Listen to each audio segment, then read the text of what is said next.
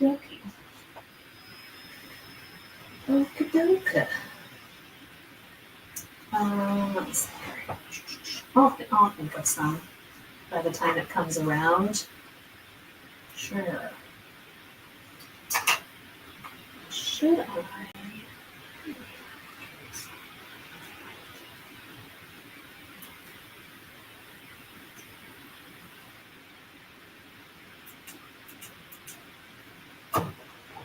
Should I also do live? Maybe last time. It's totally up to you. Maybe I will for like the first episode. It doesn't hurt, right? You just more people who did. I don't remember why I didn't do it last time. I think I just okay.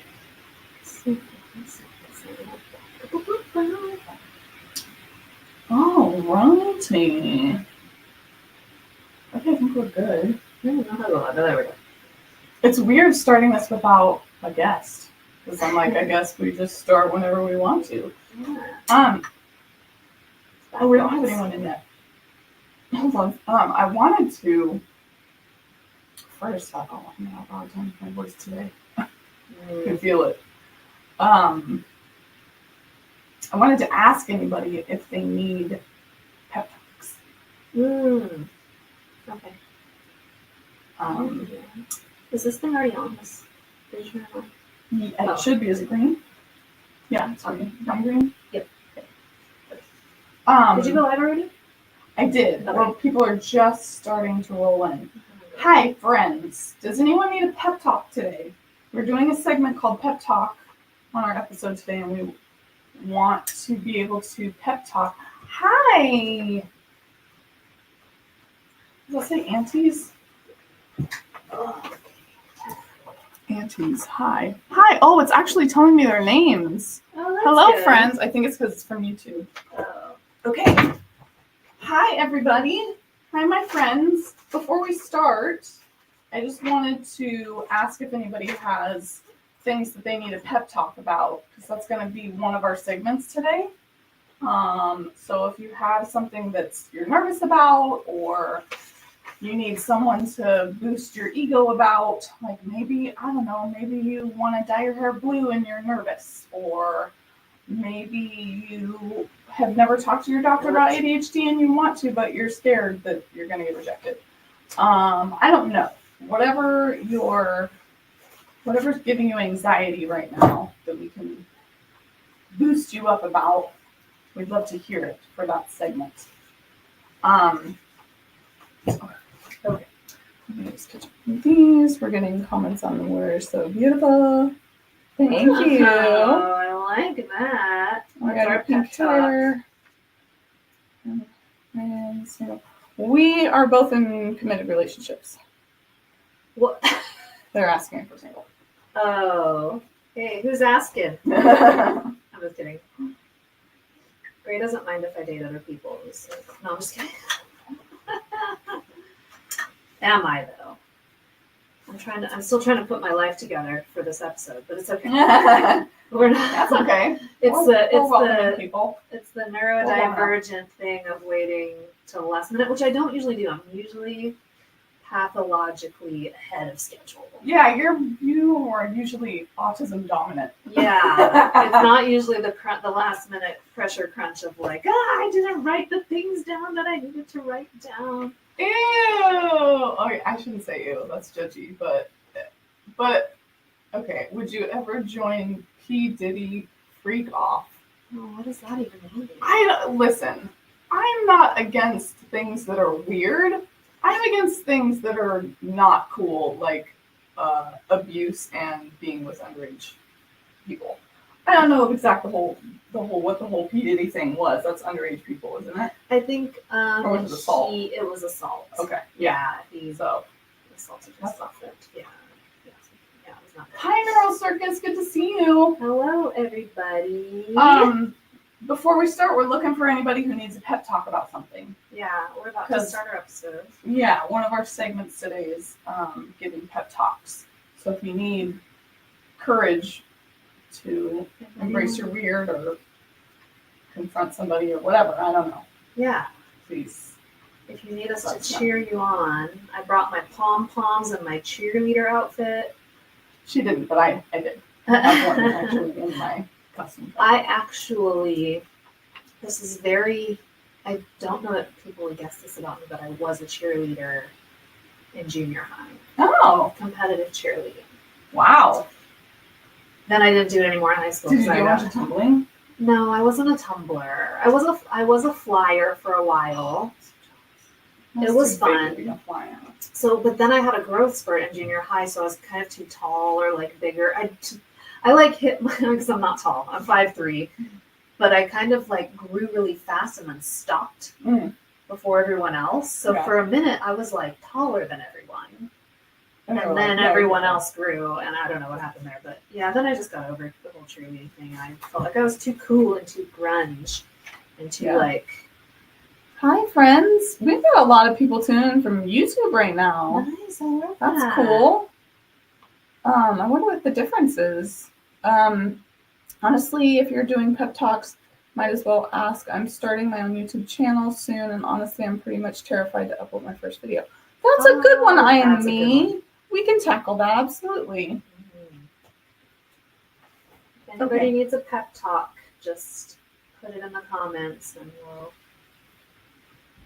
get on it. I can't think of a second. I'll think of it by the time. Okay. We have a break before that one too, anyway, though, right? No, this is this one. That's this one. Oh, the yeah, but I'll think of one.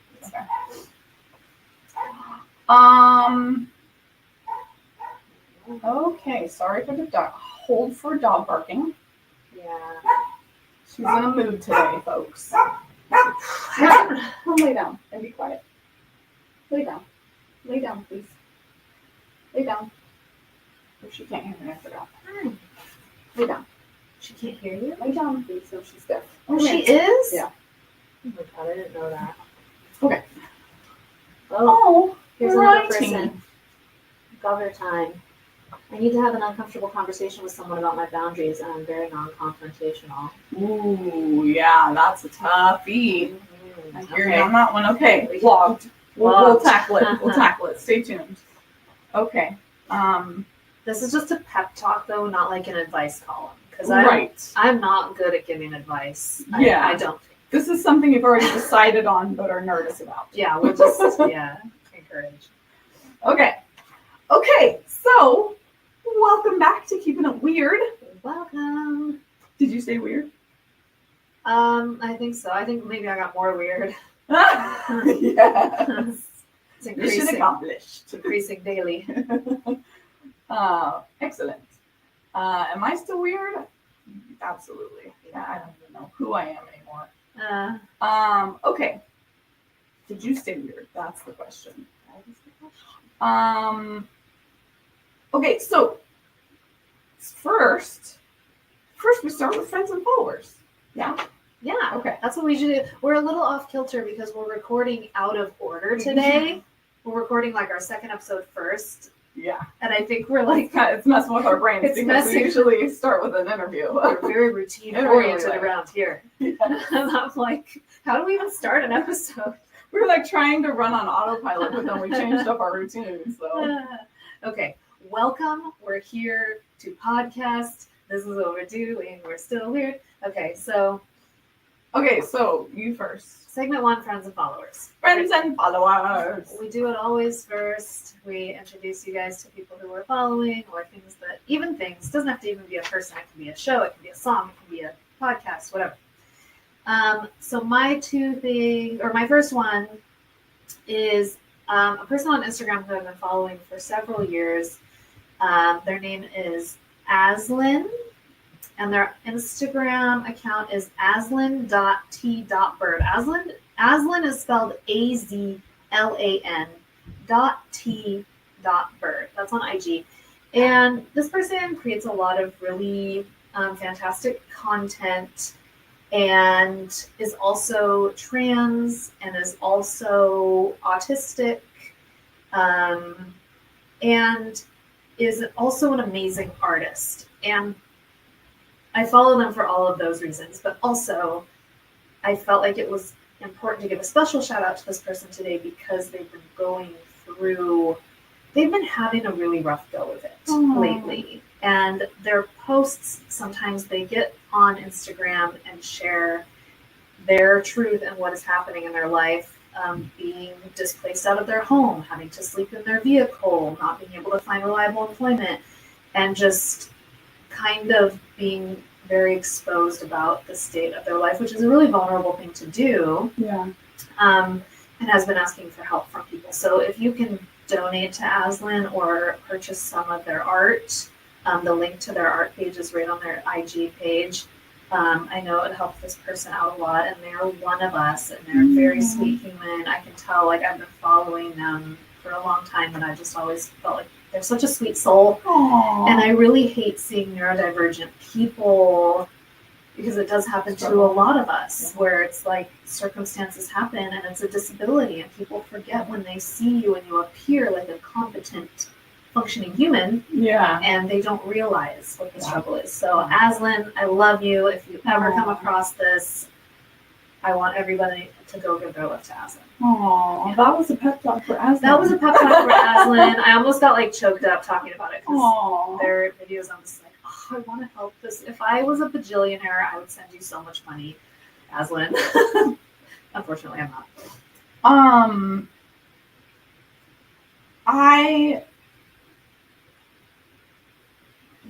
That kind of reminds me of a breakthrough that I had this past week, where for those of you who don't know, I've been dealing with depression lately, which is new for me because I've never had depression in my life, and it's just been debilitating and difficult. But I had the experience where, and I'll start with my friends and followers, and it'll lead into why it made me think of this, because this is a perfect segue. Mine is Alaskan bush people. Okay. That's not what I was expecting you to say, but are you familiar with them? No. Okay. So this is a reality show that went on for 14 seasons. It started in 2014 and ended in 2022.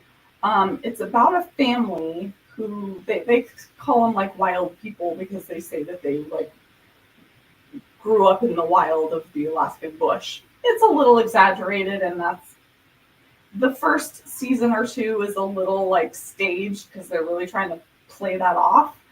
But what happens is we just fall in love with the people, and we don't really care about all the drama and the like, oh, you lived in the wild. We don't really care about that. We actually just grow really attached to the people because they're really fun, interesting people. And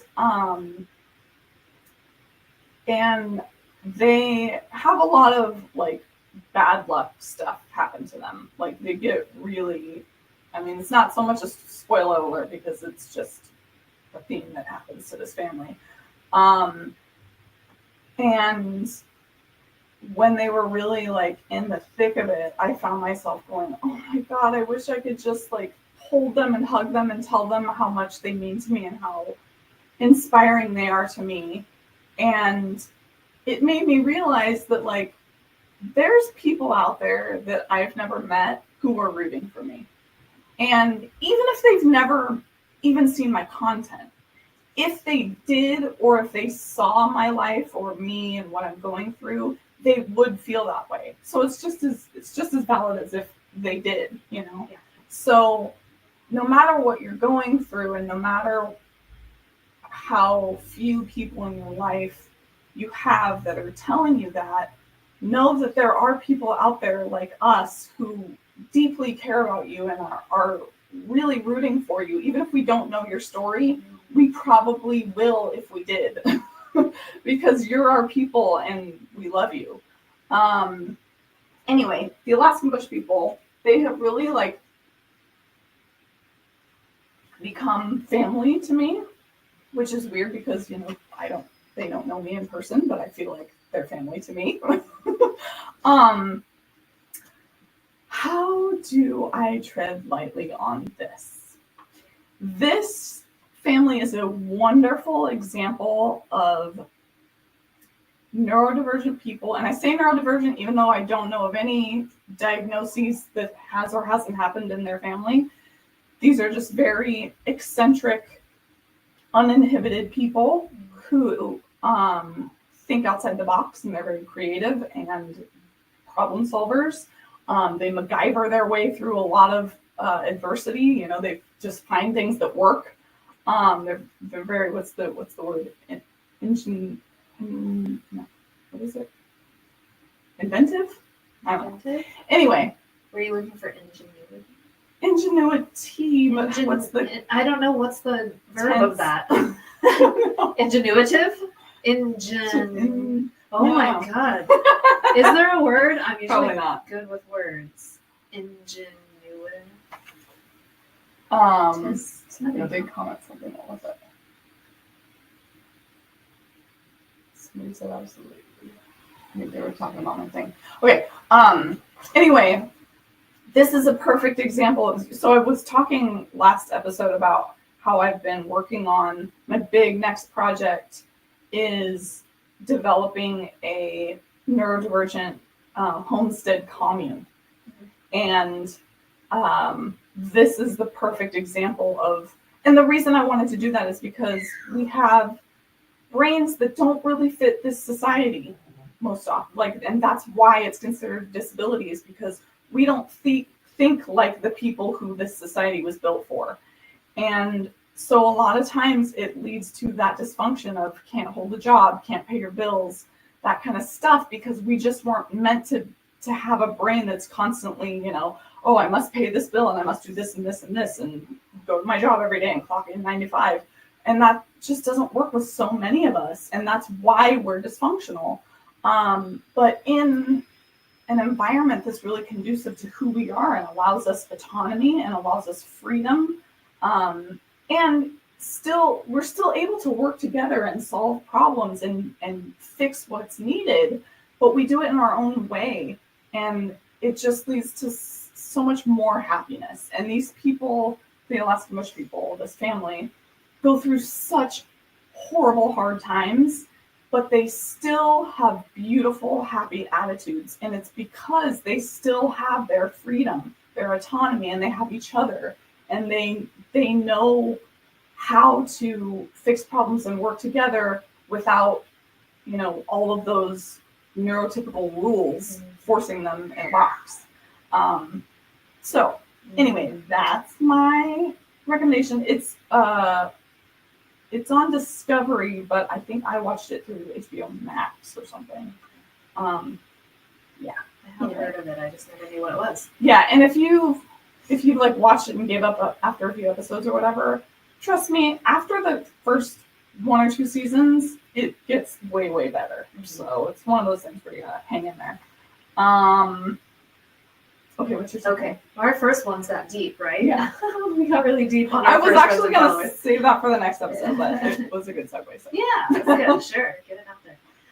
Okay, my second one will be way more superficial. Darcy Michael on Instagram. The Instagram name is @theDarcyMichael. DARCY Michael. I usually spell it MICHAEL. This is a man with ADHD. He's a gay man. Him and his husband have their own Instagram channels or pages or accounts or whatever you want to say. Sort of like chronicling their relationship, but a lot of the things that they post are about Darcy's ADHD and his really funny quirks. And I think it's just, I don't know, it's just a really fun account. They're both really funny. I know they do tour and do live shows too, cool.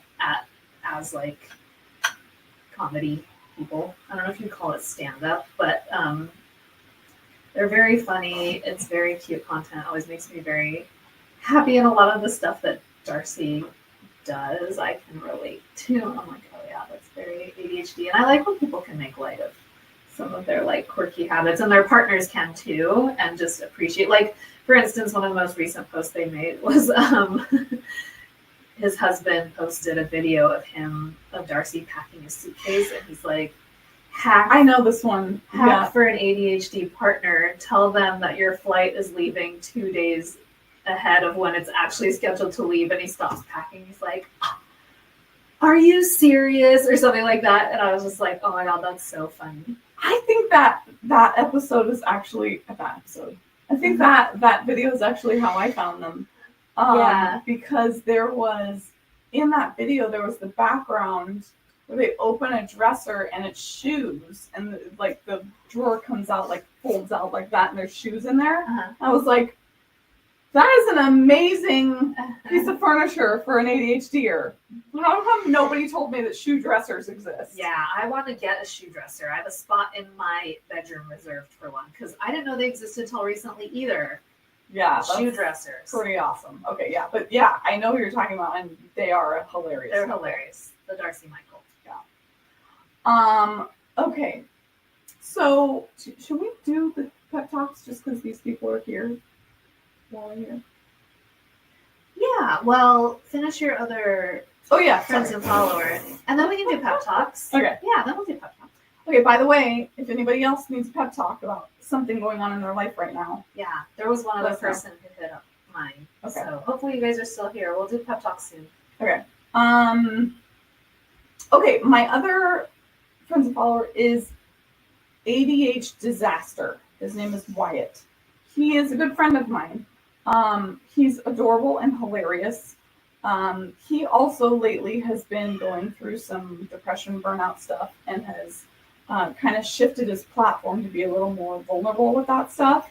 And I super applaud that. And it's been, I don't want to say it's been wonderful watching him go through that because that sucks. But he and I have kind of been going through it at the same time. And it's been wonderful to have him there and being vocal about it because it makes me feel not so alone. And I adore him and respect him. And so it just feels nice to hear that kind of stuff coming out of a person I appreciate. So, yeah, but he's also just funny and entertaining and has a great ADHD and autism platform. So. Yeah, I like that account name, ADHD Disaster. That's what we feel like sometimes, right? Yeah. Okay, so we can do pep talks. Yeah. So we had pep talk about the YouTube channel. So I am me. If you're listening, I have been there. We have started our own YouTube channel, and it is going a little slow, to be honest. But what I want you to remember is that there's people out there who will be appreciative of your content, regardless of what it is.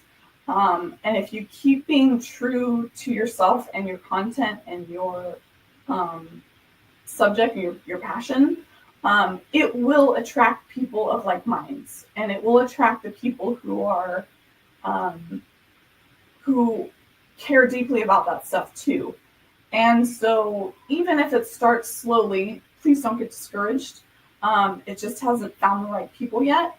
The more content you put out there, the more likely it is to find the right people. If you get trolls, same thing. Those people don't matter. Those aren't the people that you're creating content for. You're creating content for the people that your platform speaks to. So don't feel pressure. I know it's hard because money's involved, but don't feel pressure to make content for the algorithm. Because what happens when you go viral is you just get a bunch of followers who don't end up really engaging with your content and don't care. And that feels lonelier than having a handful of people who really do care. And that becomes your new community and your family, and they mean more. They will mean more to you than anything. I'm just speaking from experience, with TikTok. The best thing about going viral was just finding a few of those people who really finally got me and made me feel understood. And that's an invaluable experience. So keep after it. We don't have very many views on our videos, but we're trusting that at some point it's going to reach the right eyes and the right ears, and it'll get traction in the right, groups of people. And even if it doesn't, I'm thrilled that we've already gotten like a few people saying how much our show means to them, and that's reason right there to do it. Yeah, that's good. Yeah, just pull the trigger and do it. You'll be happy that you did, and it's always that first step that's the hardest. right? And I think once you finally take the leap, then you can be like, okay, I did it, and then just keep doing it. And you can do it. You can do it. You can. And don't feel pressure to be perfect. It doesn't have to look pretty. It doesn't have to look perfectly edited or perfectly filmed. We are very forgiving in the things that we like to watch. The proof is in the pudding here. We're very rough around the edges. And we still get viewers, and our stuff still means a lot to them.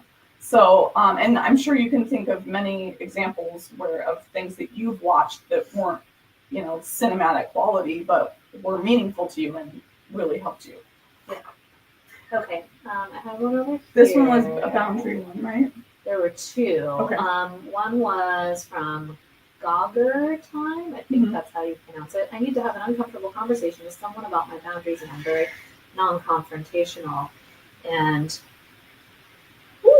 I relate to that. Conversations like that are hard. The older I get, the better I get at having conversations like that, but it's still super, super hard. Yeah, it is. Yeah. I hear you on that one. This has been a very long and difficult process for me too, because I was raised not to have boundaries and I had no idea what they looked like, and you just feel horrible about opposing them, but you have to. I mean, this is your self-esteem at stake, and you're protecting yourself, and that's your number one job in life, is to protect yourself. You got to put the mask on yourself before others, right? So what's helpful for me is remembering that there's a nice way to say everything. If you want to just, take a few minutes and sit there and construct like a super nice way to say it, that might help you not feel so bad about the imposition or the inconvenience that you're asking. But don't think of it as an imposition or an inconvenience, because your boundaries are being violated right now, and that's not okay. So you're seeking out, you're acknowledging your needs and getting them. What was the reason for that? No. If you can't think of a way to say it nicely, ask ChatGPT. That's what I do. I go, I just did that yesterday. I was like, what's a friendlier way to say blah, blah, blah? And they gave me this big, long, elaborate professional thing. I was like, shorten it. How do I say this, but a little bit nicer? Yeah. And it gave me the perfect answer. Oh, there we go. ChatGPT. I like it. Yeah, boundaries are important. And oftentimes after you have the conversation, I've found it usually goes better than you think it will, and you feel really relieved after. And that's what I always remind myself is like, after this conversation, I will feel like I got a weight lifted. Yeah. So, yeah. Okay, and the other one was, I need a pep talk. Ellie's World BT. I need a pep talk. I play slow pitch softball, and I'm very inconsistent with my skills. I can get down on myself. Sometimes I'm a great player, and sometimes I'm real bad. Mm-hmm. Oh, well, I'm real bad at softball 100% of the time. So yeah, you're beating me. Same. I would say, as someone with a very perfectionistic attitude towards herself and everything she does, what I do is, and it's not always effective, but what I try to do is take the focus off of my performance or the outcome and focus more on why I'm doing that thing and the enjoyment of that thing. So unless you're trying to, say, like, get a scholarship for softball, that's kind of a different story, because you kind of have to be consistent. You have to be performing at a certain level to be noticed by people or whatever. But if you're just playing, it's hard without context here. If you're just playing for recreation, I think it's easy to get hard on ourselves and to think we're bad at something or whatever. But enjoying what you're doing is... Yeah, you're not... I'm sure you didn't join softball so that you could win awards and stuff, right? I mean, maybe. Maybe you did, but usually we join those things because we just love them. And being bad at it doesn't mean that you have to stop Loving it. Yeah. Another tool for me that I think is helpful is empathy. So if the tables were turned, think about somebody on your team who, and it doesn't have to be someone on your actual team, but if there was someone on your team who was having struggles and stuff, would that make you resent them? Would you have judgments toward them, or would you love them regardless? Is how you judge your teammates on their performance, or is it who they are as people? My guess is it's the latter. And so same for you. People see you that way. And so just because you have bad days doesn't mean that everyone hates you or has a reason to hate you. That's just the name of the game. You can't all be perfect all the time. Also, you might not be doing as bad as you think you are, because that's definitely a thing with me where I'm like, that thing sucked. And everyone around me is like, that was great. What are you talking about? Yeah. Or like a few months later, I'll look back at like a video of something and I'm like, I thought that was really awful in the moment. It's mostly with Ariel. Yeah. And I'm like, that was actually really good. And I was like so hard on myself. So it's sometimes in the moment, it's absolutely hard to have perspective on what's good and what's not. I second that. Yep. So keep your chin up. Keep playing softball. That's rad. I love it. Yeah, that's amazing. You're doing a wonderful thing, keeping yourself active and doing what you love. Oh, thank you. Silly Billy Iris. Hi, I love listening to your podcasts in school. It made me do more research and I hope to get a diagnosis soon. Oh, that's wonderful. Ronan Murr, thanks for sharing all of your experiences. You really helped me. See, so there we go. Yeah, see? Yeah, just putting yourself out there, you can help. It's important. People. It is. Yeah, we all have experiences to share. And yeah. Oh, I can wave to people? I didn't know that. That's cool. I'll just wave to everybody. That's a lot of waving. I know everybody's waving, and I'm like, wait. Oops. Okay. Okay, so pep talks over. Pep talks are over. Last chance. Do you have something you need a pep talk for? Anybody? Going once, going twice. I frantically tried to last minute do my toenails black before you came over, and I could only get the ones that had like large toe size. So toes are a disaster. You just got one toe done. Mm-hmm. Gray did mine. Gray got these cool nail polish pens. Ooh, that work really cool. Ooh, I like that. So it made it much easier and much less messy. Nice. Anyway. Okay, so our main topic today. Oh, Michelle is here. Hi, friend. Me and Michelle go way back. How are you doing, friends? Please tell me that things are still looking up. I love hearing those updates from you. Oh, Shannon, I'm so glad I could help you. She said, my goodness, your TikToks are so helpful. That warms my heart. Do you hear that? I am me. It's always worth it. Even if the trolls come in, even if the algorithm hits the wrong people, people like that are worth it. Plus, you can just delete comments that you don't like. You know what I mean? Okay. Main topic. Okay, our main topic is food. Food and holidays specifically, but food. It's because the holidays are coming up. I mean, by the time this episode is posted, for sure, it's going to be holiday season. And for me personally, one of the stressors around the holidays is all of the stuff surrounding food. And we'll get into some of what those things are for both of us. Yeah, for sure. So, a big one, especially for autism, is, Michelle, I love hearing that. That's wonderful. Michelle is doing wonderful. Couldn't ask for better. That's fantastic. She's come so far. Okay. So one of the biggest struggles, especially with autism, is ARFID. Do you know what that stands for? Avoidant restrictive food intake disorder? We're guessing. That's hope I did that right. But anyway, it's restrictive food. It's really just having like adverse reactions to textures and all sorts of different tastes and foods and stuff. That's me. I was called picky my whole life, and I always say I'm the most picky person I've ever known. But as I've dove into the autistic world, I've found that it's a very common autistic experience, and there's a lot of autistic people who will tell you that they would only eat like chicken nuggets and fries growing up, or mac and cheese, because those were the safe foods. So I totally relate to that.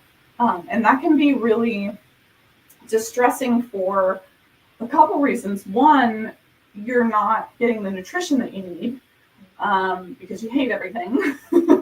And then number two is, stigma and judgment. There's people who will say you're a spoiled brat. I got that my whole life. People would tell my mom stop spoiling her when she would, make me a separate meal because I didn't like what we were eating or whatever.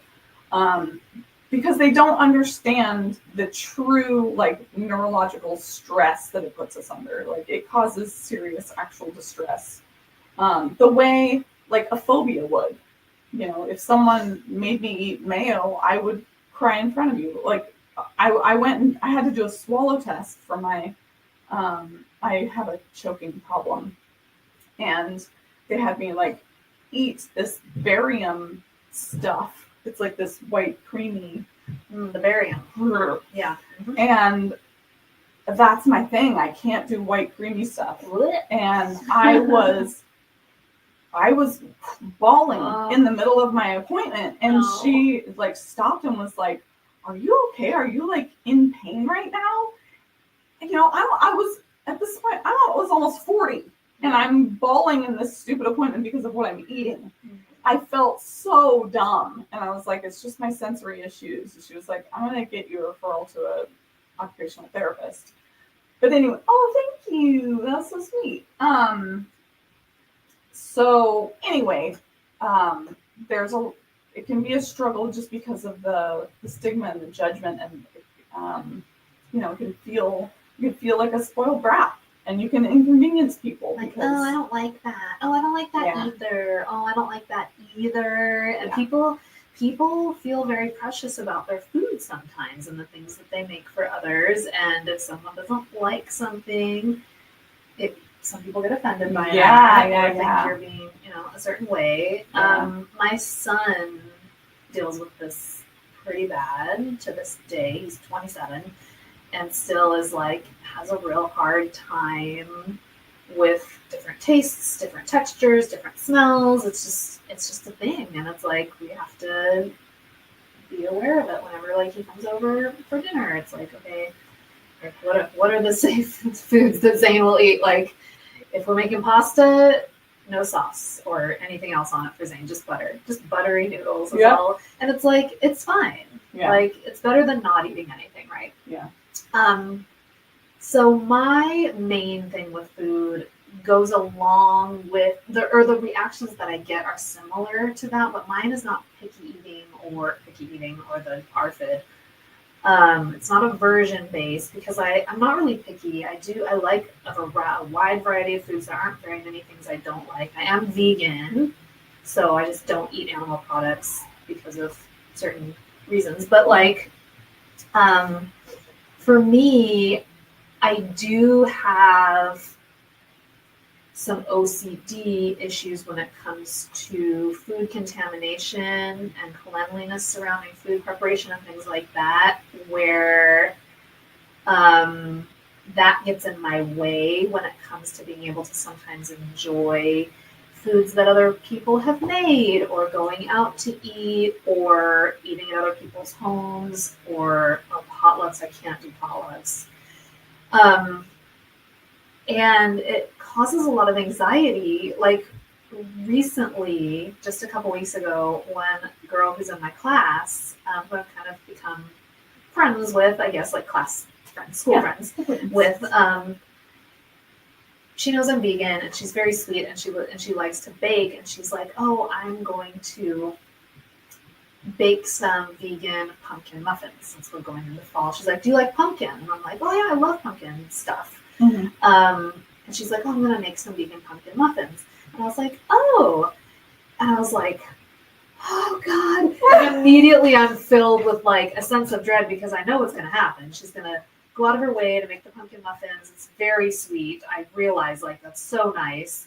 And she's going to bring them. And not only do people bring you food, but then they want you to eat it like in front of them. I can't just be like, thank you, and then take it home and never eat it. I'm so sorry. But like, it's my brain can't stop thinking about how was this? I wasn't here to see how this was made. And I even sometimes have a thing about like stuff that you would get in the store, stuff that's in the deli. At Whole Foods, they have the most horrifying situation that every time I go in there, I can't get over it, where they have this whole display of pastries and cookies and bagels and donuts, and it's open.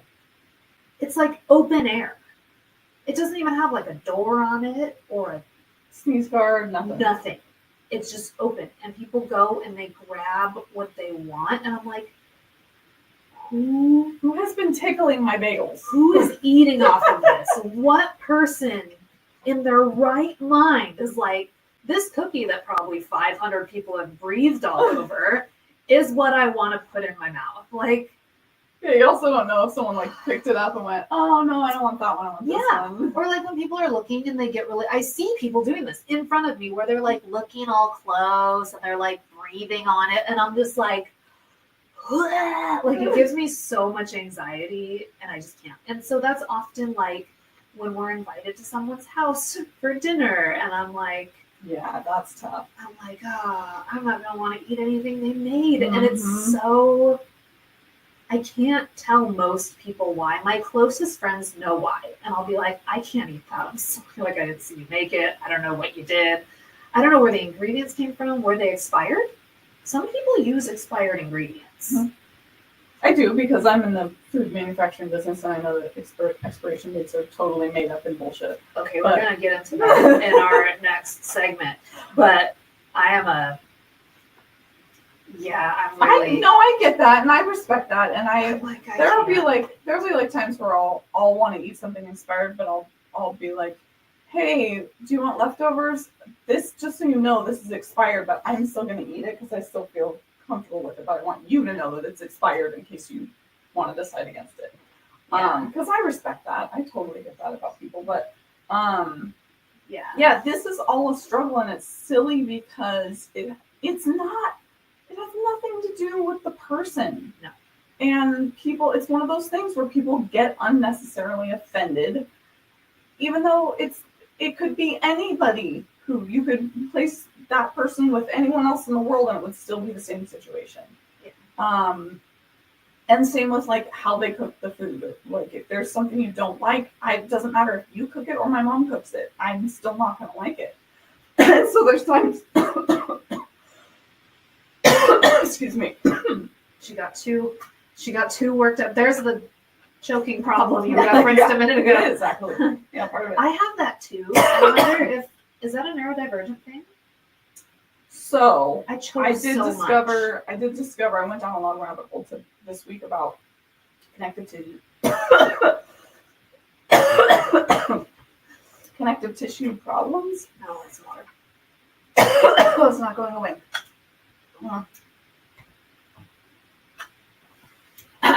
Excuse me.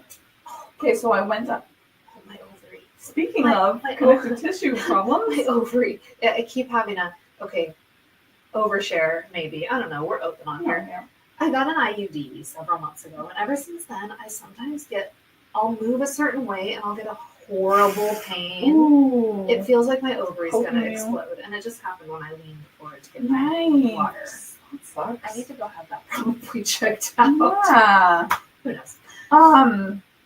Okay, so, just went down the connective tissue rabbit hole. That's a rabbit hole. That's a unique rabbit hole. Yeah, well, I mean, it's very connected to neurodivergence, and the research is just beginning on it. But what I did find out when I was reading the DSM was that low set ears, which I have, if your ears start below your eyes, is common with ADHD. So is what is this called? What is it called? Paratellerism? Something like that. It's called something like that, but it's basically when your eyes are wide set, which mine are slightly. It's a bunch of different measurements though that are done really intricately. That's interesting. And a high arched palate. Now this one is the one that blew my mind because I've always said that I have a really fat tongue because my tongue is always in my teeth and I'm constantly biting my tongue and like having problems. Also, I don't have sleep apnea, but I have that choking problem of like I'll wake up in the middle of the night choking on my saliva. But they were saying that a high arched palate will cause those things. Oh. And it can also be from sucking your thumb as a kid, and I sucked my thumb until I was 9. Oh, damn. So okay, I didn't suck my thumb at all, but I probably still had a germ problem back then. I'm like, I'm not putting that in my mouth. But I think that's also why speech impediments are common in autism. I do. If I hadn't been so like, if my parents hadn't been so strict about the way I talked as a kid, I probably would have a speech impediment. I probably would have the same one as like Drew Barrymore, because I wish, or is it? I guess it's Emma Stone, like just where my tongue just wants to be. Yeah, you're doing it right now. And that is Emma Stone. That's so funny. Or just like this. I had a lisp as a kid, and I had to go to speech therapy for like a year or something. My second grade year, they would pull me out of class and I go to speech therapy to get rid of my lisp. Well, otherwise, I would talk like that. Well, I wonder if you have naturally a high arched palate, but you have such perfectly straight teeth. Your orthodontist may take care of it. Yeah, for sure. But interesting. Anyway, that was a tangent, but that's pronounce all my about it. R's. Yeah, that's common. Yeah, especially in autism. R's. Yeah. I might take explanations and suggestions. We're getting to that one in just a moment. Yeah. Well, there's a lot of comments over here too. Let's see. Yeah, we got some good engagement today. This is nice. I have a lot of food rituals, says Silly Billy Iris. Yes, me too. So many food rituals. Oh, good. Yeah. That's a good confession. Oh, yeah, there we go. I'll save it. Okay. I'll talk about my food rituals later. Onions. Somebody hates onions. I love onions. I can't eat them because of my IBS. But that's another condition. Oh, really? Yeah.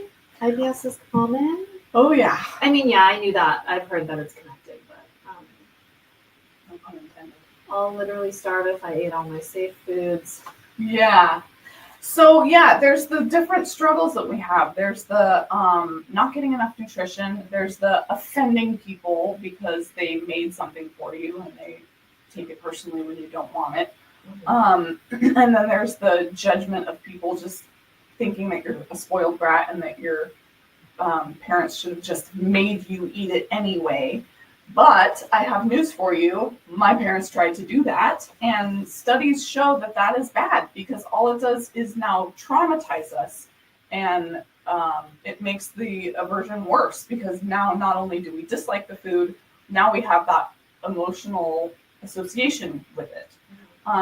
So it doesn't actually make us like the food, contrary to popular belief. Yeah. There's times when I was determined to like a food and made myself, like tomatoes and mushrooms and sushi. And at first, when I started eating them, they kind of made me a little nauseous, and I knew it was just a mental nauseous. Give you the ick. But I powered through it, and eventually that went away. But it can't be, if this goes along with PDA, it can't be an external source forcing that upon you. It has to be from your own nervous system being ready to accept it. Yeah. So please don't feel bad about this, even if people try to make you feel bad. They're ignorant. They don't know the science. We can back you up here. The science says that go ahead and do what helps you, what makes you feel good. As far as the nutrition thing, I do actually have a food series that the whole series is a dash of dopamine, but there's a part in it where I go into sneaking in nutrition. So I'll have like my common safe foods and ways to like sneak nutrition into it, like veggie powders and swapping out ingredients to kind of make things a little healthier without adjusting how they taste. So that's one option. There's also the binge eating. So with ADHD, binge eating disorder is very common. It's a very big one. Mm-hmm. I had it. I still have it. I'm just medicated now, which keeps me off of it. Yeah. But I think that's the thing that you go into like recovery from. It's not like you always have it. Right, yeah. Right. Yeah.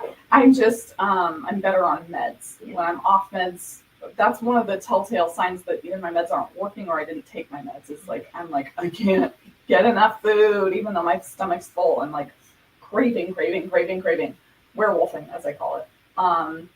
So that's another struggle as well. Do you have tips and tricks for any of this before I go into? For the things that we just talked about. Mm-hmm. Yes, I think some of the ways around this are difficult. It's like how we were giving the pep talk earlier about having like an honest, open boundaries conversation. This can feel like that. Like it can feel very intimidating sometimes to be like, it's vulnerable to be like, hey, I have some food issues, or however you want to phrase it, and have to tell the person who is expecting you to eat or whatever that, a workaround, like either, do you mind if I bring my own food? Or usually that's the thing. It's like, can I bring my own food? Or, that's the one for me. Yeah. Can I bring something for myself to eat? Now for me, sometimes it's easier when I'm going to something and I know there's not going to be anything vegan there, and I can use the vegan excuse, like, oh, hey, I'm plant-based. Do you mind if I just bring something for myself to eat? And most of the time people will be like, yeah, problem over. Sometimes people are like, oh no, I know, and I have something planned. And then I'm like, oh no, please, no. Let me. No, I'll just bring which again, people are trying to be nice and accommodating. And then so I think sometimes just getting comfortable with being honest with people. And it's easier for me to do, like I said, with people I'm really close with. My mother-in-law, my mother-in-law to be, Gray's mom, knows this about me, and I can just be open with her and be like, oh, I can't eat that, or I don't want that, or I'll bring my own thing. And some of my close friends do understand certain things about me, but that's really the only workaround I have for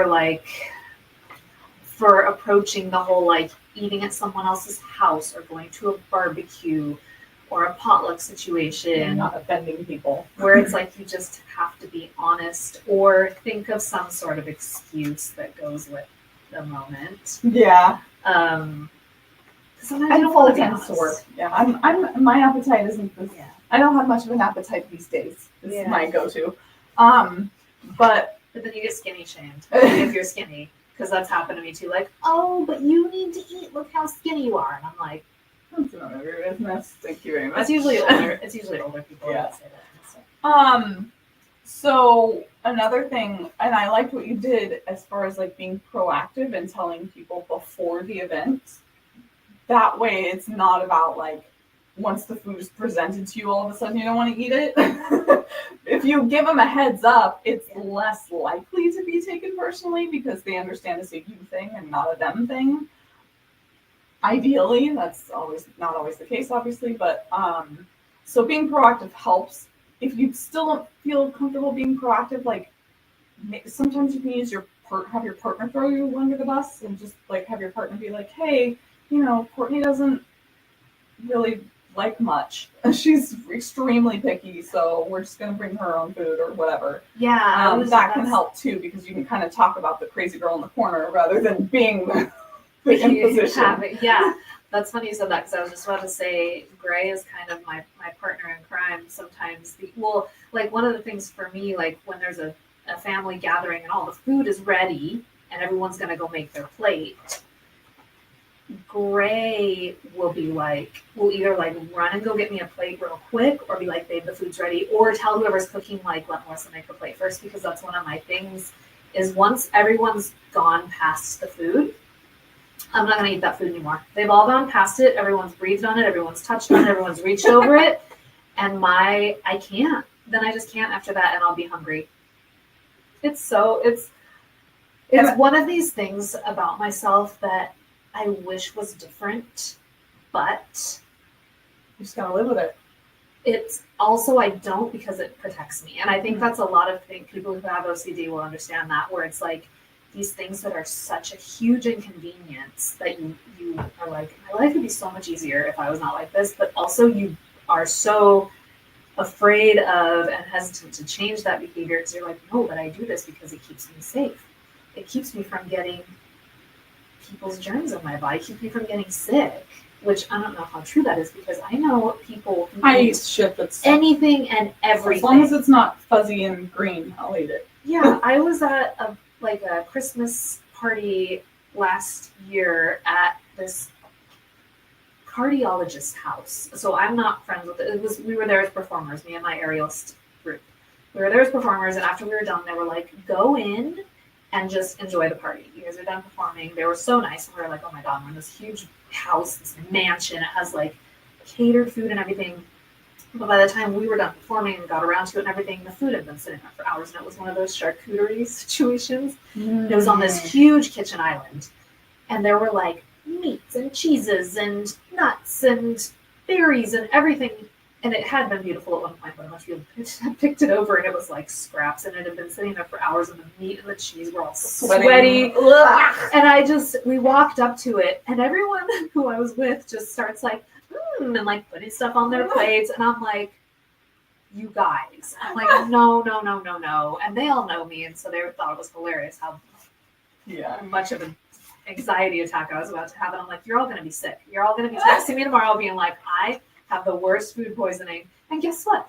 Nobody got sick. No. And nothing happened. No. And I was like, maybe this is a lot in my mind, but I'm still not eating it. Food poisoning comes mostly from unwashed vegetables and stuff. Because but anyway, as a food manufacturer, the stuff that we tend to be worried about is like the least problematic.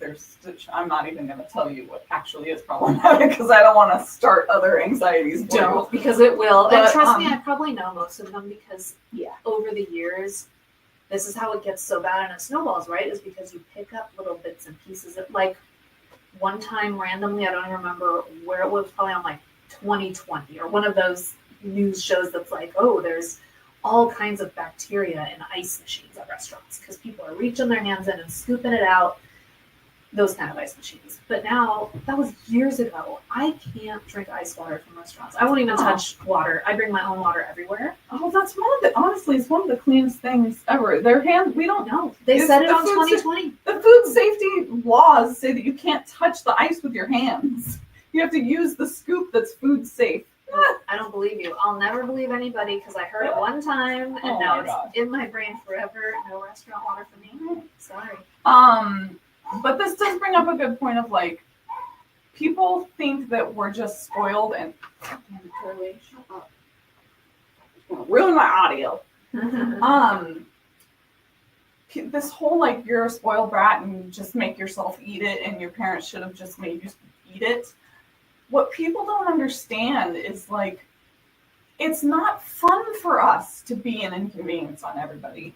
We're usually the biggest people pleasers, and it kills our soul to be an inconvenience. Yes. I get a food event can completely ruin my day and make me emotionally upset, and I will cry. Because, like, if I looked forward to this food thing all day and then suddenly I couldn't have it, I will have a full meltdown. Is that fun for me? No. Would I fix that if I could? 100%. And I tried my whole life to fix it. But these things just aren't fixable, and that's why you have to just go with them. And that sucks. And people don't understand that. And I'm sorry. So let's just work on educating them. I did have some comments. I can pronounce my R's. Yes, that's very, very common with autism, particularly. We're talking about neurodivergence, so I'm just going in. Yes, we're always neurodivergent here. We get a little off topic sometimes, but it all comes back to neurodivergence because that's our brains. And it influences everything. I have food rituals and hyperfixate on certain foods too. I don't know a single neurodivergencer who doesn't go through food phases where we like eat the same thing for 2 months and then can't look at it again for 5 years. I feel like that's a very same foods are a thing, extremely common experience. Yeah. It definitely doesn't make us like it, right? My naturopath said it's actually a part of diet culture to just eat something because it's good for you if you hate it. Interesting. Come to find out, the foods I don't like cause more inflammation in my blood work. Oh, isn't that funny how our DNA is involved? Because I've found that I am the most picky person I know until I go to an Italian restaurant or I go to Italy and I can eat anything on any menu there. And the biggest chunk of me is Italian. So there might be something to that, my friend. Yeah, your body sometimes knows things that you don't know. Yeah. Yeah, our evolution is fascinating. Does inform our tendencies. No way, binge eating is part of ADHD. Yes, Sarah. In fact, go watch my werewolfing video. It'll make more sense to you. And we should talk a little bit more about binge eating. Okay. It's really big. Yeah. So, the kind of mechanics behind it is a dopamine deficiency. So we are known for being chronically dopamine deficient. And what dopamine is like a satisfaction neurotransmitter. It makes you feel satiated, complete, satisfied. You get it from like resolve. You get it from food, from sex, from things that are essential to our survival. Even like new experiences and what? Video then. When we started? Let me get out of there. I'll take this last one. So yeah, dopamine comes from those things that, because we need to be compelled to seek out the things that are essential to our survival, right? So what happens is when we're low on those things, when we're low on, food and I don't know what all the other things that give you dopamine, it gives us a urgent seeking sensation, a craving, a need to urgently go seek out sources of dopamine. And that can lead to that super intense craving that it doesn't matter if you consciously feel full. Yes, you know that your stomach is full because there's that sensation, but then there's just the like emotional sensation of craving and needing, and it can make you really needy to your partner and want love and attention. If your go-to is food like mine, especially candy, that you'll just keep going to the pantry and being like, oh, why do I keep eating food? So that's the mechanics behind it.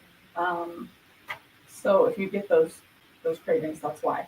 And honestly, like, I have tried to combat it by, finding foods that are healthier but take me a long time to eat, like fidget foods and stuff, like artichokes, popcorn, stuff that's like mostly air is good. Pickles, stuff that's like low calorie, but it's something that like if I ate the whole jar, I wouldn't feel bad about it.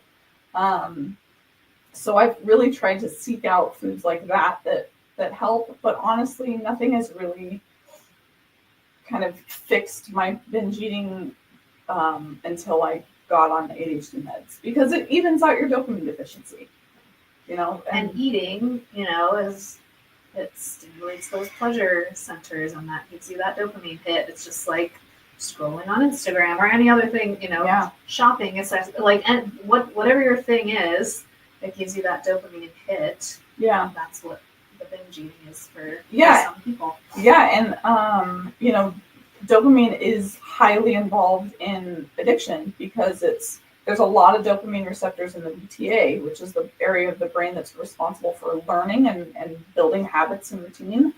And so when we get something that floods our brains with dopamine, our VTA is registering that information and telling us, you need to get more of that because that was essential to our survival and it's good.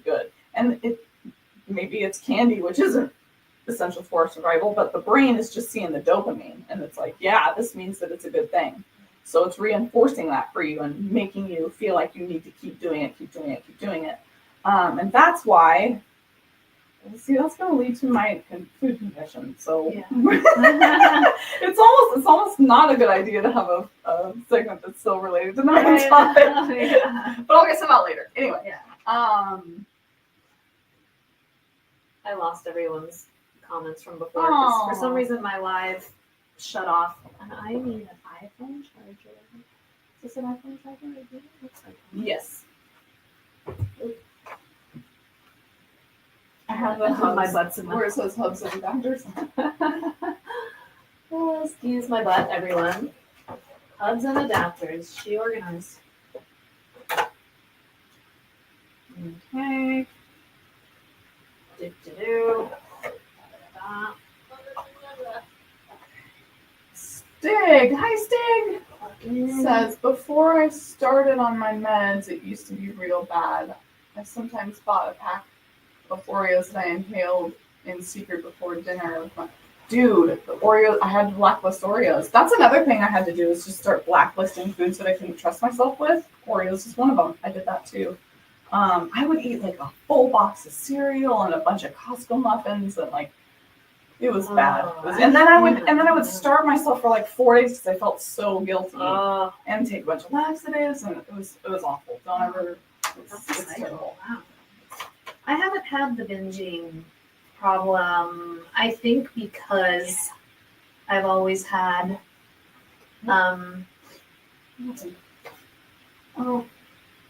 wants to make sure I'm paying attention. Yeah. Okay. I think it's because I've always had a sensitive digestive tract. So for me, I have more of a problem with restricting for fear of like this morning, my stomach's not feeling good. And when I'm going through like high stress periods, it gets worse. So, and I knew I had to come do this, and I'm like, I can't eat very much then. I just ate like a little tiny bit. I'm like, I'm just going to be hungry until I get to a safe part of my day where I know if my stomach gets upset, I'm okay. So I have to wait to eat. So like, to me, my stomach gets aggravated by being too full. If I eat too big of a meal, that is like not going to be, it's going to be very uncomfortable. Like I get intestinal. Anybody who has irritable bowel syndrome, it is horrific. You're like the abdominal cramps I get, it's just awful. So to me, I think that's diverted me from that particular. So it's like, well, it's one or the other thing. There's like, that's awful. The IBS is awful. Yeah. Like it's just like pick your thing. Right. It's not one thing; it's the other. Yeah. My husband has ADHD and he calls it volume eating. Volume eating. That's the thing. Is like the reason I came up with the term werewolfing is because I noticed I was like, I just can't eat anything hard enough. I want to like, I need like gummies because they give resistance and they make me work. You know, it's like I don't know how to explain it. It's the only thing that like satisfies that craving is to like work hard for it. The werewolf thing, that's just perfect. I have a sensitive digestive tract that still suffer from binge eating. Oh, I'm sorry. Yeah. That's a bad combo. Yeah, even when I have digestive issues, you'd think it would deter me, but the craving's too strong. I stay away from drinking and the green stuff as they're the biggest triggers for it. Oh, drinking for sure. Because what I suffer from, I have gallbladder issues. And so my stomach will digest everything but the oil. And for some reason, alcohol. and it'll just sit there with that, and it'll usually send it back up. And so I'll just throw up just oil or something. But alcohol will make it worse. Oh, Yeah. So yeah, I don't know why alcohol is associated with gallbladder issues, but anyway. So I do have a few tips and tricks that haven't been mentioned yet. One of my biggest things is I pre-eat. If I'm going to a person's house, if I'm going to a restaurant with people that that aren't my besties, I will always pre-eat. That way, if there's nothing there for me, I'm not like sad and hungry. And I can always just use the excuse of, oh, I ate not too long ago. I had a big lunch. Yeah, I had a big lunch, or I'm not very super hungry right now. I'm just gonna have a beverage. Yeah, for some reason I'm just not all that hungry. Yeah. Then there's a excuse me. You were talking about how your partner helps you, is like a kind of a partner in crime here to help manage this. The way that I utilize that is I'll usually have an agreement with my partner or whoever else I'm with that, like, hey, like this is especially if you super don't feel comfortable advocating for yourself. And I do this a lot, like in foreign countries and stuff, where we'll have an agreement of like, hey, you'll always try the thing first and let me know if I'll like it. Or if there's something on my plate that I don't like, you'll eat it. Oh. Yeah, that's yes. So so you could build some allies in the situation. Yeah, for sure. And then give forewarning before the event, just giving the people a heads up before it even happens. As for not being an inconvenience, like she said, you can modify for yourself. You can bring your own silverware. You can bring your own, I don't know, if you need ketchup on everything, if you have a special sauce that you have to have your salad with, whatever, you can bring it. And why not just be like, hey guys, I'm weird, I'm gonna bring my own salad dressing. It's a weird thing. I get it. Yeah. Like I'm a crazy person. And I was laugh it off. Yeah, I was just gonna say that. That's like part of why we named this podcast Keeping It Weird, because we're sort of trying to like rebrand the word weird, where it's like sometimes maybe you get more comfortable just being the weird person. Yeah. It was like with my close friends, I don't care. Like I don't know if they really think I'm weird, but like I'm okay with being myself and being like, oh well, I'm the weirdo of the group, whatever. Yeah. But like just embracing it and calling it out for what it is. I think the more we make stuff like weird and like make a big thing about it, the more likely it is to be a big thing. If you're just more casual and you're like, hey, I have weird food things. Like it's really just more comfortable for me to bring my own thing to eat. I hope that's okay. Yeah, and use empathy It's again. not a big deal. No, it's not. Like if you use empathy again, if somebody said that to you, would you judge them and like be resentful or stuff? Probably not. You'd probably be like, oh yeah, I get that weird stuff too. Yeah, most people hopefully, and if those people aren't doing that, then maybe they're not people you want to be having meals with anyway. Because that's another thing where it's like, if people aren't willing to understand you, if they're going to be like, oh my god, you're weird, like that's weird, then like, well, don't eat with that person anymore. Yeah, that's not your person. A good person to be around all the time. Yeah. Another thing that I do is I have, like, when I go to restaurants, I have a rule for myself because I hate being the inconveniencer. Especially like when you ask for modifiers and then they come back wrong. You're like, oh, now I have to be an inconvenience twice. And the more modifiers you ask for, the more likely it is to be wrong because there's more things that could go wrong. Yeah. So I give myself a limit of a maximum of 2 modifiers. So I'd like this thing without ketchup and dressing on the side. And that's it. Because beyond that, they're going to forget. Then you're also just a huge pain in the ass and you've got to, But usually with those rules, I can find one thing on every menu. I can't really think of, there's maybe been 1 or 2 times in my life when I couldn't find something on the menu.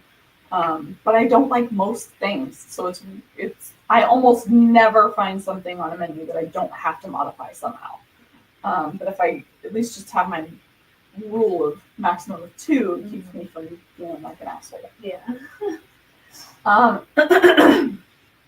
Well, for the binge eating, yeah. Giving yourself activities so that we're not just focused on food the whole time. First of all, that can help you in binge eating situations because you're preoccupied with something else that's giving you dopamine.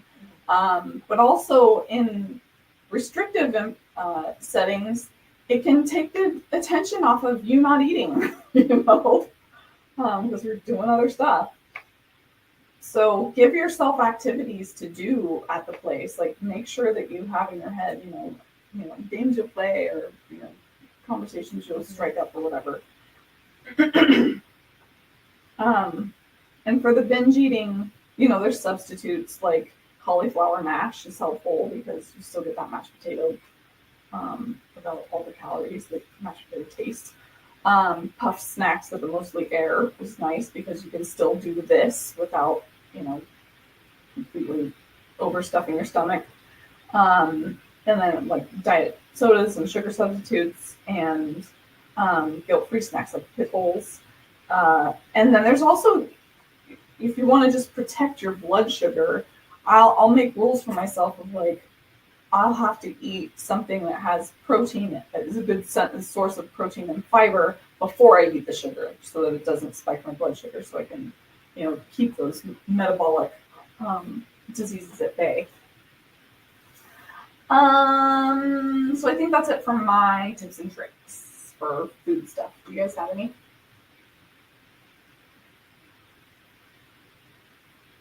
Somebody,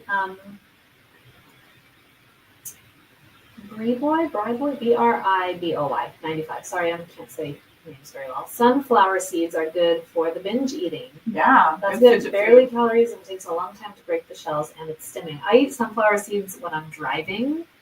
When I start to get tired, I have sunflower seeds in my that's a good one, car because otherwise I'll be eating like chips or whatever else I have in my car that's not good to eat for like an hour straight.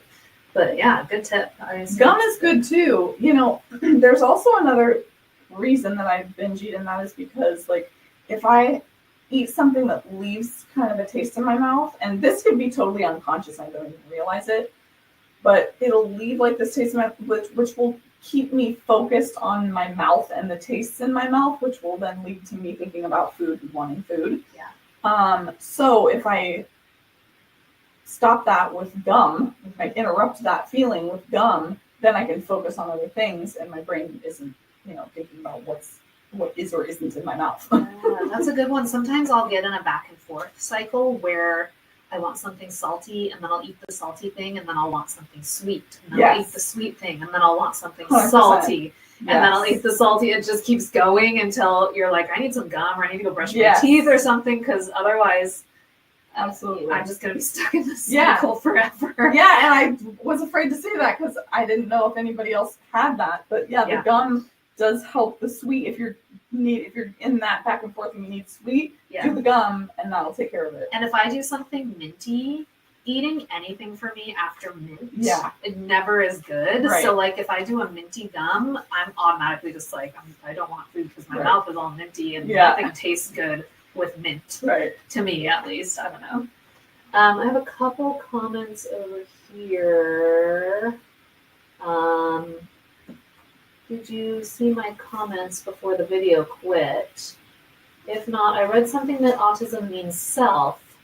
Do you feel that you are in your head, in your own world? That's why not socially aware. Okay, this is sort of on a different topic, but we can touch on it. Yes, the word autism, like the root of that is from auto, like self. Yeah, I do feel like I'm often in my own world. Do you? I'm real daydreamy. I have maladaptive daydreaming, but I think that's more of an ADHD thing. I'm just trying to give myself dopamine when I'm in a boring setting. But as far as like the auto meaning self, in regard to not being socially aware. Huh. Yeah, I mean, I'll bet that is why some autistic people do have a hard time being socially aware. Although, now that I'm thinking about the things that have to do with autism, there's the identity thing where a lot of people with who end up borderline have a lot of identity issues, and that kind of originates in autism. And I think it's when people, because we tend to feel like outcasts because we're the weird ones, or if there's misunderstandings with communication, it can make you feel like an outsider. And so I think that may have a lot to do with it. Yeah. Feeling alone. Because of that, we're very much more likely to isolate and say that we don't like people. So, and then there's also the PDA, which is a need for autonomy. I need things to be on my terms, as far as changing the environment or my agenda. I need to be in control of that. I need my autonomy. So in those ways, I could see why autism is associated with self. Yeah. And I think we all by default are in our own worlds because we literally are having a different experience than most people around us.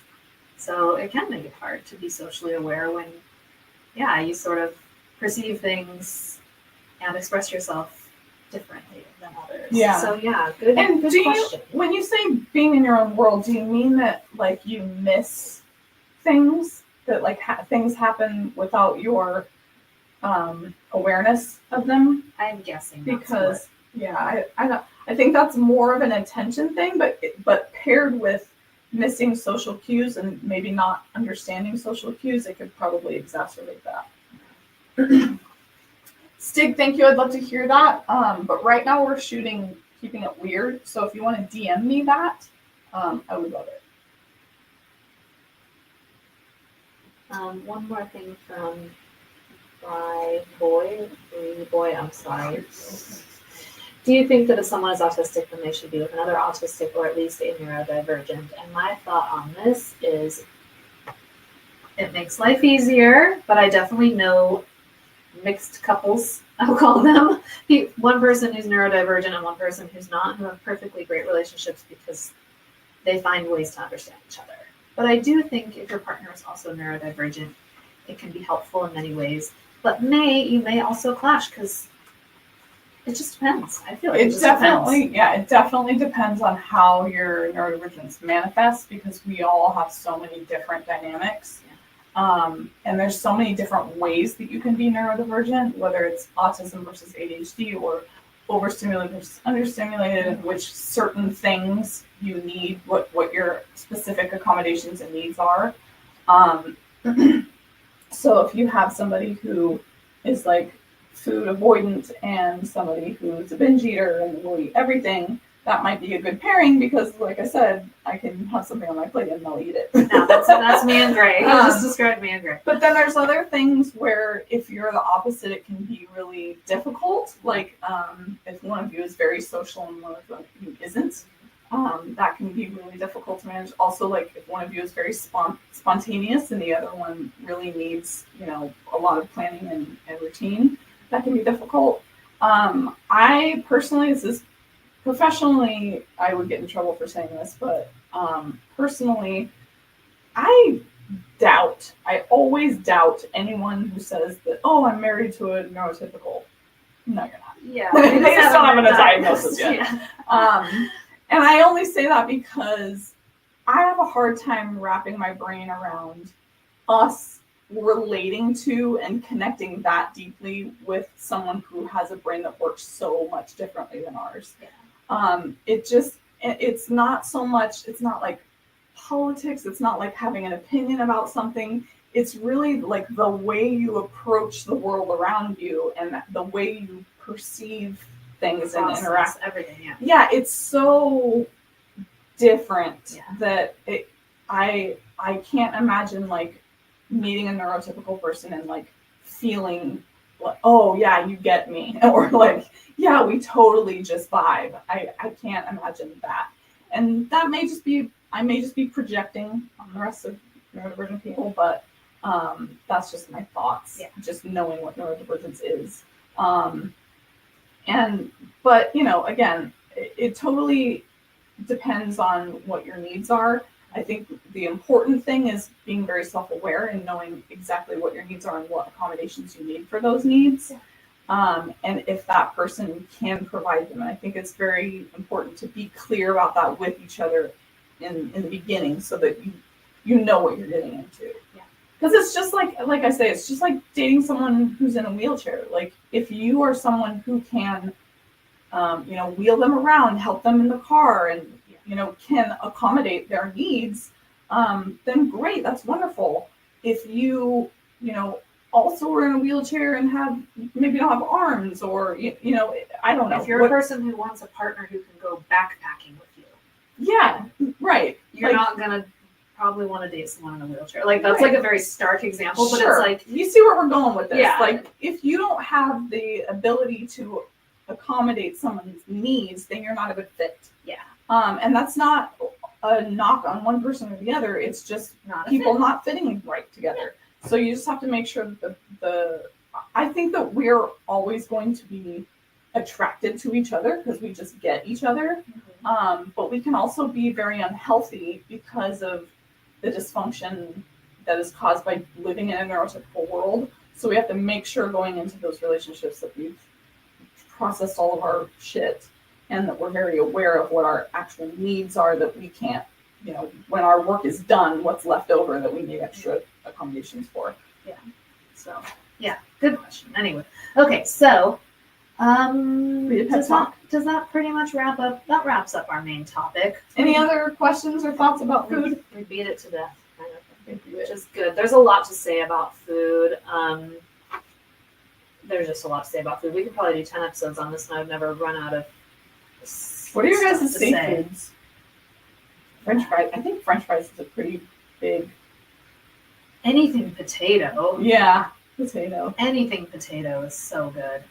Mac and cheese is a big one, I hear. Mm-hmm. And chicken nuggets. Mm-hmm. Okay.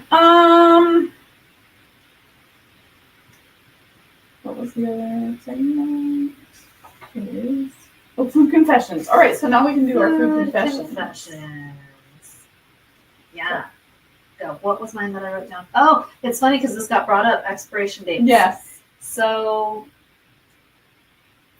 I am real strict on expiration dates, or sometimes I even make up my own made-up expiration parameters in my head. Because, like for leftovers and stuff? Yeah, or even not. Like,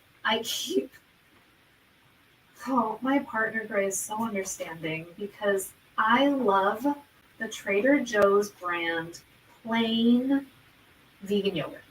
Non-dairy yogurt, whatever. It's so good, but it only comes in a big tub. Mm. It doesn't come in the little ones. And for me, once something is open, it's got a very limited shelf life to me. Even if that's not true at all. Even if on the package it was like, you can literally keep this open in your fridge for 3 years. I'd be like, no, a week tops. So I will get the big yogurt and I will eat out of that yogurt. I give it 3 or 4 days. So sometimes in 3 or 4 days, I eat a lot of the yogurt. Sometimes I'll eat like 2 servings of that big thing of yogurt. And the next time I go to Trader Joe's, I buy a new one. And Gray's like, why are there 3 of these in here, all at varying degrees of goneness? And I'm like, well, because this one's old, and this one's newer, and this one's newest. So the newest one I'll eat. Gray's like, then why are these other 2 still in here? I'm like, because you and Danica will still eat those. I just need the new one. So me and expiration dates, we have a real tricky relationship. Salad dressings are okay, I feel. I'll let those go a little longer, but still not past the date. My mom, she'll have a salad dressing in her fridge from 2004. And she'll be like, it's just oil and vinegar. Oh, yeah. And I'm like, Mom, it's like 20 years past the date. I'm exaggerating. It's never 20 years, but sometimes my mom's is a few years past. And I'm like, Mom. She's like, it's fine. I eat it all the time. And I'm like, I'm not eating that. So yeah, everything in my mom's house is at least 10 years old, minimum. What the other moms? Yeah, I go in and like I'll find, crackers from 2002. Yeah, it's like it's crazy. Everything's rancid. Everything's She'll still My nightmare. have a little rubber band around it. Someone eating it. Yeah, so that's my first food confession. Do you ever catch yourself pretending to be neurotypical, try to please others? What you're describing, my friend, is masking. I think we all mask at some point. I had a very great upbringing where I was surrounded by weirdos and people like me, and so I didn't feel the need to mask really until I went into the professional world. I think it wasn't until I started with Crazy Go Nuts. Really, moving to the Central Valley is what did it to me. And all of a sudden, I'm like super insecure, don't like people, because it's just so like, even if people aren't neurotypical here, they act like it, and it makes me so uncomfortable and feel so judged. And so yes, but it's mostly just in that professional setting or in like med spas and stuff. Med spas, oh god, where everyone's perfect. Yeah, and you're like, oh Lord. Yeah. And they're not really. Muppets lunchbox. No offense to anyone that works in a med spa. People are lovely, but it's just the culture there is culture can be sometimes troubling if you're not a lady that fits into that box. Okay, so the food confession that I wanted to talk about when we were talking about addiction and how food is involved. I, at one point, was addicted. And when I say addicted, I'm not being like hyperbolic or exaggerating. I legitimately had an addiction to where it was a problem to circus peanut candies, which are those horrible banana flavoring of all the candies, marshmallowy things. And here's the thing. I hate banana. Yeah. I hate banana flavor. I hated those when I first tried them. Mm-hmm. They're nostalgic because they're my dad's favorite candy. Oh. So once upon a time, I was missing my daddy and bought them just to be like, I did. And unfortunately, that nostalgia is really strong in our VTA. So, gave me a lot of dopamine, both from the sugar and from the nostalgia, and I got addicted. And at one point, it was like 80% of my caloric intake for a good, 9 months or something. And I had to blacklist them. Now I have a healthy relationship with them, and I can eat them just when I want a little treat, and I won't eat the whole bag. But that's because I'm medicated. If I'm not medicated, they're still on my blacklist. But yeah, it was real bad. It was really bad, and I was starting to get worried about my own health. But yep. Yeah, I think nostalgia is a big thing. That's why, like, some of our biggest comfort foods tend to be foods that someone made us while we were growing up, or we ate with someone when we were growing up. You know, so yeah, that's totally. Those circus peanuts, though, they do have a good texture, I gotta say. They do, and that's what it is. Because it's not only, I do like a marshmallow texture, but it does kind of lack something. Yeah. I like them if they're like stale or something. But the thing about the circus peanuts is that it's a dense marshmallow, and then as it melts away, it has like that grainy sugar that you can kind of roll with your tongue. It's like a Peep. Yeah. It's like a Peep and a stale marshmallow had a baby. And like the Lucky Charms marshmallows, yeah. Right. The Lucky Charms marshmallows are another day. Anyway, somebody said something else. No, maybe not. I forgot what I was going to say. Boo. Okay. What was my second food confession? We said it was going to be... food rituals. Yeah. I do have a lot of food rituals.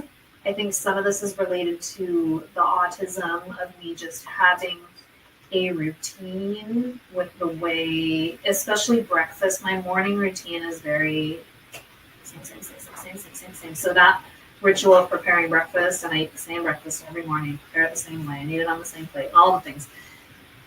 It's very comforting. But then some of the rituals are around the OCD thing that are like, I have to wash this many times, I have to dry it a certain way, I have to and I have to, so the rituals, overeating is a big one. Huh. And eating the same things over and over and over and over. Yeah. Yeah. I remember what I was going to say. It's also coming out that, so if you have watched the other episodes of the show, you may have heard me talk about glutamate and how I believe that there's a particular brand of like autism where that involves high glutamate, and they are also talking about how unpruned neurons. So there's just a more, excuse me, there's more brain activity or more neural activity happening. Like we're processing more information all at once than most people. And that's why we get overwhelmed so easily. That's why we're so prone to burnout. And it can also maybe explain the tendency, the higher percentage of like high IQ and high intelligence in autism.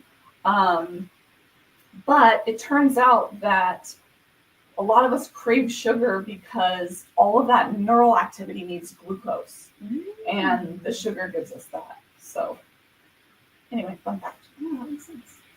My other food confession is that I love sardines.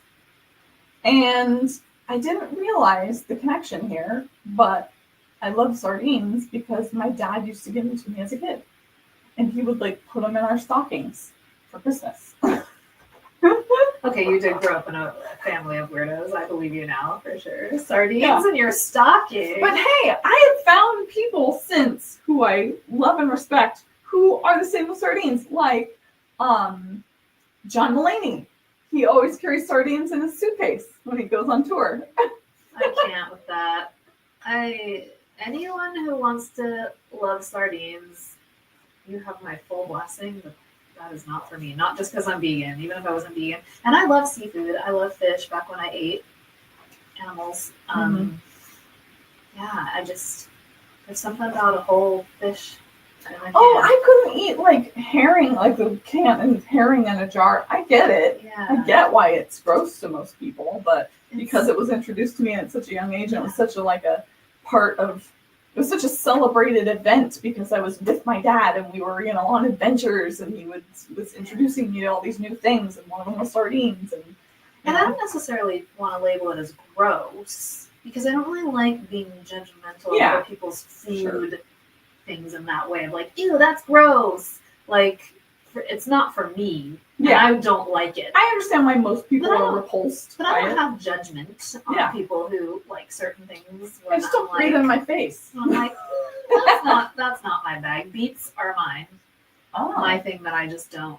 When people are like, oh, I love beets. I'm like, oh, they do taste like dirt. Beets taste fully like you're eating. I've never eaten dirt, but it tastes like dirt smells. Yeah, and it tastes like dirt smells. Took me a while, but that's another one where we grew beets out of my dad's garden, and we used to juice beets, and it was my first exposure to like a juicer, and it was an exciting event, and so I made myself like it, and now I love beets. But yeah, I get it for you, but I'll eat other things. Yeah, there's other things. Okay, so Chelsea, you said, how often do you order takeout food? I order it way too often. Why? Why do you order it way too often? Is it just because you're overwhelmed and just don't have the spoons to like cook, or is it because you are? I guess is that the only reason? Is it because that like you just love takeout food more than cooking your own food? Probably on cilantro. I love cilantro. I know there's some people who feel like it tastes like soap. I'm that way with, what am I that way with? There's something where I'm just like, how can you like this? This tastes just like, I forgot. There's one that really repulses me. But, no, I like cilantro. You like cilantro? I love cilantro. It's delicious. As long as it's properly washed. Good point. Yeah. And that's a legit, because honestly, the leafy vegetables are the biggest perpetrators of food. That's why I never eat salads at restaurants. Ever. That's probably a good idea. Yeah. Or uncooked vegetables. Man, I wish I could remember what it was. just like I think I'm genetically like I don't know. Okay. I think that's it for this episode. We're at 139. Okay. So let's do a couple of giveaways. And then I got pee and eat something, and then we're coming back with Cynthia Valentine, who's a therapist, and she's very neurodivergent informed, and she goes to the ADHD conference with me. So that'll be fun.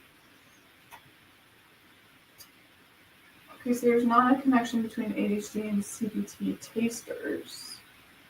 CBT, what's CBT? I don't know. I don't know that one. Is that like the genetic? I don't know. Do you have candy for giveaway? No. For giveaway, I have walnut snacks. That's the best I can do. They do have sugar on them. Okay, so CBT tasters are the ones who taste the soap thing in cilantro. Okay. Oh. Yeah. I don't know anybody who doesn't like cilantro. I know a lot of neurodivergent people. Okay, so I have fidgets, the little magnetic fidget Stimags fidgets. Melissa, do more podcasts. You mean on that's just my autism? Is that what you mean? I'm trying. I'm going to. I haven't recorded a new episode. These are fidgets. I'm sorry. Do you guys want them? We have these. We also have my walnut snacks, which are all these things. You gotta be in the US, and except the stickers. The stickers I can do internationally. So we have all different flavors. They're natural, very simple ingredients. They're just walnuts with coated stuff on top. And you get an inappropriate bag. It says, "Quit staring at my nutsack." And then we also have these, which are little powder packs that turn your campfire rainbow colors. The flames turn rainbow colors. It's really cool. I love it. So much fun. And then I have positivity stickers. They say a bunch of fun little things. They're inspiring and it's a little bit sassy. And then I have this little DNA ring. So tell me what you guys want. What do you guys want for giveaways? Fidgets, walnut snacks, stickers, magical campfire powder, rainbow powder. Thank you. We used to do that Cry with boy. the kids for Cry Christmas. boy. What's that, Philoxy? What do you guys want? You guys want free stuff or what? Anybody want What to kind of free away? stuff do you want?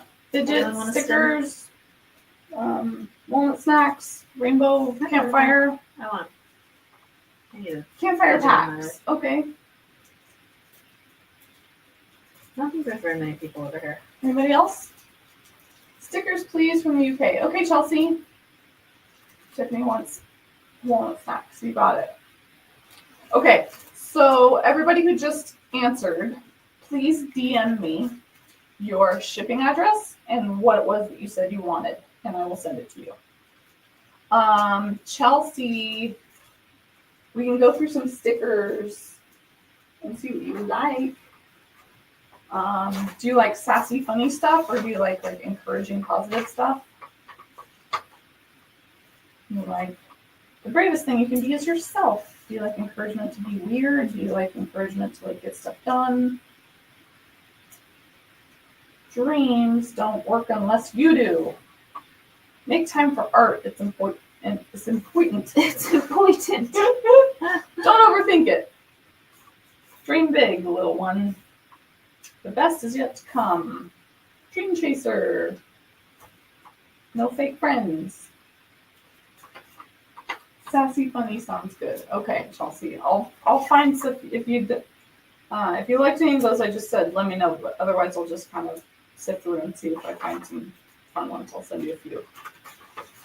Okay, so remember to DM me your address, all of you, and what it is that you're getting, okay? So that I don't forget. And no, I haven't sent the ones from last time, so if we won something last time, I'm being slow, I'm sorry. Okay, that's it for this episode. Thank you so much for joining us. We'll be back in a few minutes. We're just going to take a quick little pee break. Next episode, stay tuned because we have a cool guest. Her name is Cynthia Valentine. She is my sister from another mister. She has purple hair and she's a therapist. She's wonderful. Okay, stay weird. Do a little outro for this one. I hope you all stay weird because I know I will. Same. Okay. I'm so weird I don't even know what to say. Bye. Bye, everybody. See you next time. Okay, bye. Time for bed. Bye, Stig. Time for bed. Sleep well. Okay.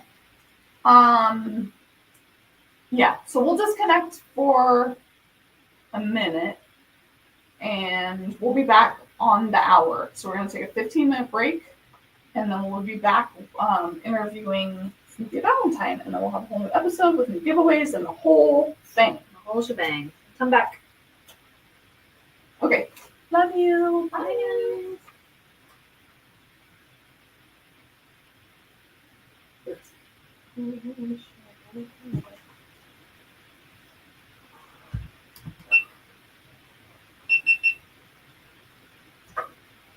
Ugh.